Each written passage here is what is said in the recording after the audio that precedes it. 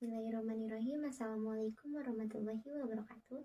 Hamdan wa syukranillah amma ba'du. Perkenalkan, nama saya Siti Nuraini dari Prodi MPI. Dengan adanya video ini, saya akan menyampaikan sebuah materi dari mata kuliah Supervisi Pendidikan Islam yang berjudul Pendekatan Supervisi Pendidikan.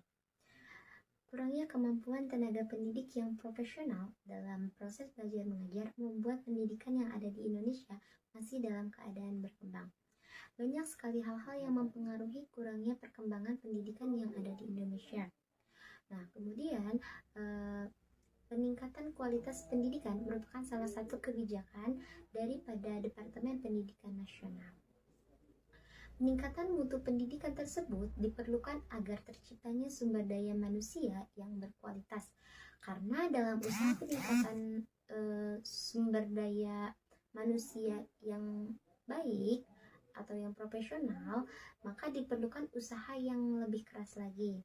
Nah, guru merupakan komponen utama yang harus dibina dalam proses pengembangan ini, yang mana potensi daripada sumber daya guru itu perlu bertumbuh dan berkembang agar dapat melakukan fungsinya secara potensial. Nah, dalam pendidikan, salah satu hal yang tidak bisa diabaikan adalah adanya supervisi. Supervisi merupakan sesuatu yang penting keberadaannya untuk mengawasi setiap pola dan kinerja seseorang yang bertujuan untuk efektif dan efisiennya kegiatan yang ada di lembaga yang bersangkutan tersebut. Nah, di sekolah-sekolah, peran daripada kepala sekolah sangatlah berpengaruh terhadap mutu dan kualitas daripada lembaganya tersebut. Nah, kepala sekolah berperan sebagai supervisor atau orang yang mengawasi dan mengevaluasi kinerja daripada guru-guru dalam rangka perbaikan dan pengembangan pembelajaran. Begitu banyaknya masalah yang muncul dalam pendidikan, maka diharuskanlah adanya supervisi yang dilaksanakan di lembaga-lembaga pendidikan, yaitu untuk memperbaiki mengajar dan proses belajar dan untuk membimbing pertumbuhan kemampuan dan kecakapan profesional guru. Dalam Al-Quran maupun hadis banyak juga dijelaskan istilah-istilah yang berkaitan dengan kepemimpinan, yang mana diantaranya yaitu Khulafaur Rasyidin. Nah, jadi tentang supervisi dan tentang kepemimpinan juga banyak sekali di Islam telah dijelaskan. Dalam agama Islam justru lebih dahulu mengetahui dan menetapkan asas-asas kepemimpinan jauh sebelum para ahli barat membahasnya. Namun, berbagai teori yang digambarkan oleh para ahli mengenai kepemimpinan banyak sekali hal-hal yang menyimpang, yang mana tak jarang membuat orang tidak memahami akan arti sebenarnya tentang kepemimpinan yang sesuai dengan ajaran tuntunan Islam, sehingga hampir kebanyakan daripada pemimpin saat ini telah lari daripada kepemimpinannya yang mendasarkan pedomannya dengan ajaran-ajaran Islam. Baik, untuk yang selanjutnya yang akan saya bahas yaitu pengertian supervisi pendidikan. Istilah supervisi berasal daripada bahasa Latin yaitu supervidio, artinya yaitu mengawasi atau menilai kinerja bawahan. Pengawasan dapat diartikan juga sebagai proses untuk menjamin bahwa tujuan-tujuan organisasi dan manajemen telah tercapai. Juga diartikan sebagai kegiatan untuk melakukan pengamatan agar pekerjaan yang dilakukan sesuai dengan ketentuan. Supervisi merupakan suatu proses yang dirancang sesuai dengan yang secara khusus untuk membantu para guru agar dapat menggunakan pengetahuannya dan keterampilannya dalam memberikan layanan kepada orang tua, peserta didik, dan sekolah. Supervisi tidak hanya membantu guru dalam meningkatkan kemampuan mengajar, tapi juga menambah pengetahuan bagi supervisor secara sinergi menciptakan lingkungan sekolah yang kondusif.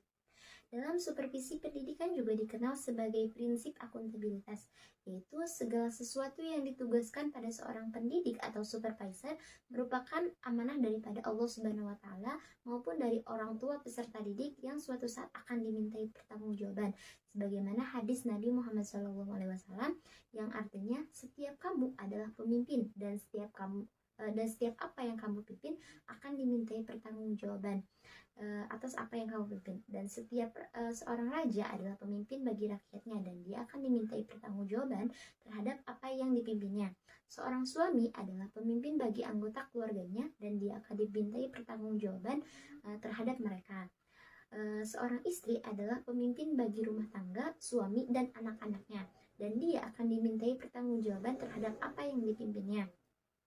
Seorang hamba adalah pemimpin bagi harta majikannya dan dia akan dimintai pertanggungjawaban terhadap apa yang dipimpinnya.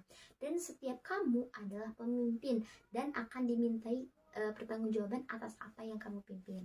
Nah, berdasarkan penjelasan di atas dapat disimpulkan bahwa yang pertama yaitu dalam supervisi terdapat aktivitas melihat, memeriksa, dan mengawasi. Yang kedua yaitu kegiatan supervisi dilakukan oleh orang yang berposisi di atas, yaitu sebagai pimpinan atau kepala sekolah. Yang ketiga, supervisi menekankan aspek pembinaan dan perbaikan. Adapun 3 fungsi utama supervisi pendidikan dalam konteks Islam yaitu yang pertama fungsi motivasi, yang kedua fungsi kontrol, dan yang ketiga fungsi pengembangan. Nah, yang pertama yaitu fungsi motivasi. Namun perlu diingatkan dalam fungsi motivasi ini pemimpin harus menerapkan nilai-nilai ajaran agama Islam karena banyak sekali tuh hadis-hadis yang menjelaskan tentang motivasi seorang pemimpin tuh bisa memakainya untuk tenaga pendidik. Yang kedua yaitu fungsi kontrol, dapat dilakukan dengan cara musyawarah bukan dengan cara jalan inspeksi karena Islam itu mengajarkan musyawarah bukan mencari kesalahan.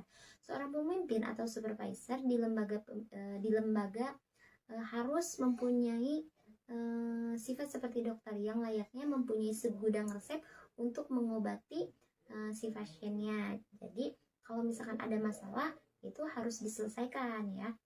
Jangan hanya mencari-cari kesalahannya saja. Yang ketiga yaitu fungsi pengembangan. Seorang supervisor harus mempunyai kemampuan dan kiat-kiat untuk mengembangkan kompetensi orang yang disupervisinya atau diawasinya. Jadi perlu dikembangkan secara maksimal, jangan hanya memerintahkan saja. Baik, untuk yang selanjutnya yaitu yang akan saya bahas pendekatan-pendekatan dalam supervisi pendidikan. Nah, pendekatan secara bahasa yaitu diambil dari kata approach, yaitu artinya cara mendekatkan diri atau langkah-langkah menuju objek. Nah, ada beberapa pendekatan-pendekatan yang dapat dilakukan oleh seorang supervisor.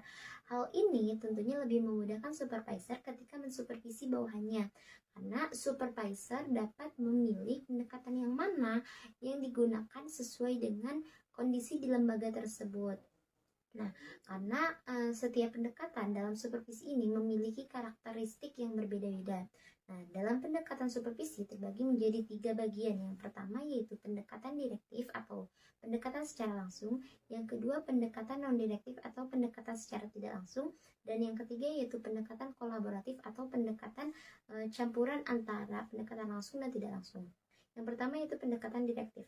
Pendekatan direktif ini, supervisor memberikan arahan langsung sehingga pengaruh perilaku supervisor ini sangatlah dominan.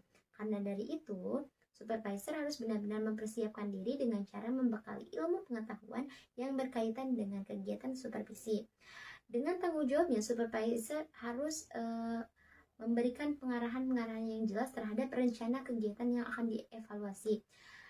Di antaranya yaitu yang pertama menjelaskan, yang kedua menyajikan, yang ketiga mengarahkan, yang keempat memberikan contoh, yang kelima menerapkan tolak ukur, dan yang keenam yaitu menguatkan. Untuk pendekatan yang kedua yaitu pendekatan non-direktif atau pendekatan tidak langsung. Pendekatan ini lahir dari pemahaman psikologi humanistik yang sangat menghargai orang yang akan dibantunya, yaitu dengan cara mendengarkan permasalahan. Dengan pendekatan ini, yaitu cara pendekatan terhadap permasalahan yang bersifat tidak langsung. Jadi supervisor tidak secara langsung menunjukkan permasalahan, tapi terlebih dahulu mendengarkan secara aktif apa yang dikemukakan oleh guru. Yang ketiga yaitu pendekatan kolaboratif. Pendekatan kolaboratif ini lahir daripada psikologi kognitif yang beranggapan bahwa belajar adalah hasil paduan antara kegiatan individu dan lingkungan, pada gilirannya nanti berpengaruh dalam pembentukan aktivitas individu. Dengan demikian, pendekatan kolaboratif ini adalah cara pendekatan yang memadukan antara pendekatan direktif dan non-direktif. Pada pendekatan ini, supervisor dan guru bersama-sama sepakat untuk menerapkan struktur, pemahaman, dan proses daripada kriteria dalam melaksanakan kecakapan masalah yang akan dihadapinya. Maka dari itu dilakukan komunikasi dua arah. Jadi kesimpulannya, supervisi pendidikan adalah bantuan yang diberikan kepada personel pendidikan untuk mengembangkan proses pendidikan yang lebih baik, yang mana personel pendidikan yang dimaksud meliputi kepala sekolah, guru, petugas sekolah, dan termasuk daripada staf administrasi. Dalam menjalankan tugasnya, personel sekolah sering menghadapi masalah-masalah pendidikan. Oleh karena itu, pengawas sekolah perlu melakukan bimbingan dan pengarahan dalam bidang administratif maupun akademik, khususnya perbaikan pada aspek pengelolaan pengajaran yang dilakukan oleh guru. Nah, dalam mengatasi hal-hal tersebut ada pendekatan-pendekatan yang harus dilakukan. Nah, pendekatan ini terbagi menjadi 3. Yang pertama yaitu pendekatan direktif atau pendekatan secara langsung. Yang kedua, pendekatan non-direktif atau tidak langsung. Yang ketiga yaitu pendekatan kolaboratif, yang mana perpaduan antara pendekatan langsung dan tidak langsung. Baik, hanya ini yang bisa saya sampaikan. Kurang lebihnya saya mohon maaf karena saya masih dalam tahap belajar. Wassalamualaikum warahmatullahi wabarakatuh.